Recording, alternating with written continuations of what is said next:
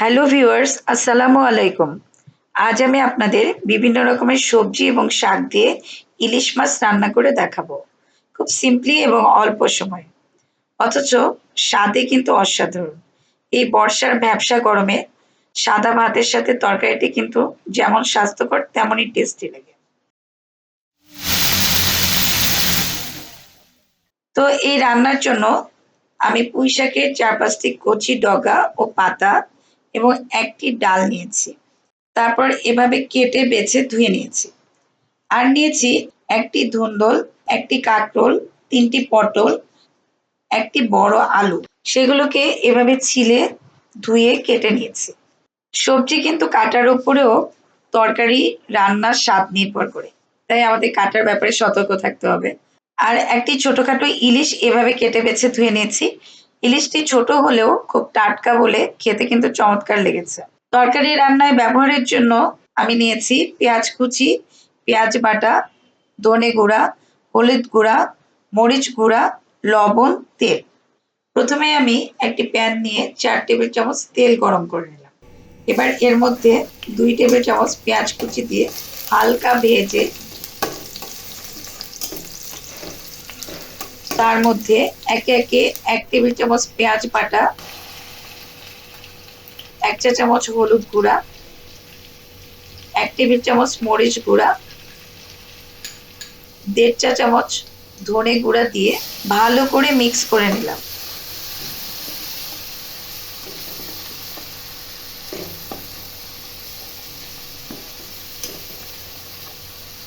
এবার অল্প একটু পানি দিয়ে মশলাটি ৪ মিনিট ধরে ভালো করে কষিয়ে নিচ্ছি।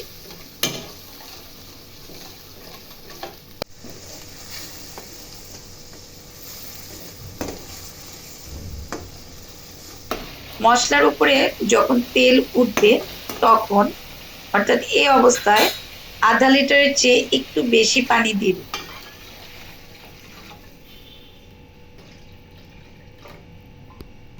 এরপর একে একে সবজিগুলো পানির মধ্যে ঢেলে দেব, শুধু পুঁই শাক বাদ দিয়ে।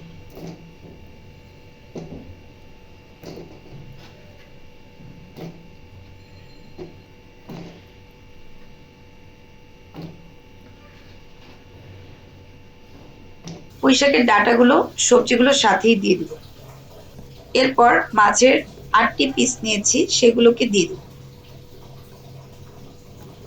এবার ১ টেবিল চামচের চেয়ে একটু বেশি লবণ দিয়ে দিব।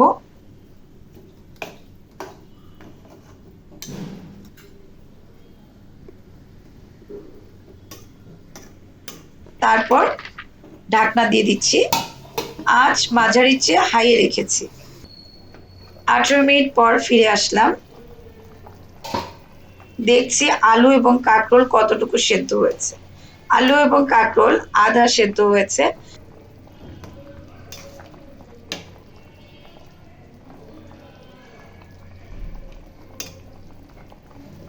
এই অবস্থায় আমি পুঁই শাক দিয়ে দিচ্ছি।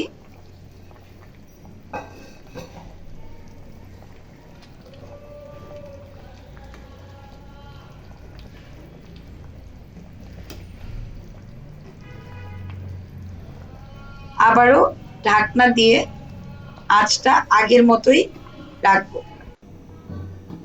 ঠিক ১১ মিনিট পর ফিরলাম। আমার রান্না কিন্তু হয়ে গেছে। এই রান্নাটি করতে মাত্র ৩০ থেকে ৩২ মিনিট সময় লাগলো। হালকা মশলা ব্যবহার হয়েছে। ইলিশে এত মশলা ব্যবহারও করতে হয় না। তা সত্ত্বেও রান্নাটি দারুণ হয়েছে।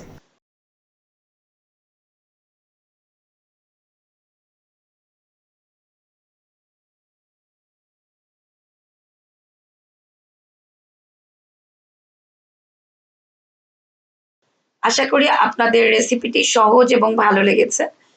ভালো লাগলে প্লিজ আমার চ্যানেলকে সাবস্ক্রাইব করুন ও পাশে থাকা বেল আইকনটি ক্লিক করুন। আর যারা ইতিমধ্যেই সাবস্ক্রাইব করেছেন তাদের অসংখ্য ধন্যবাদ। সবাই ভালো থাকবেন। আল্লাহ হাফেজ।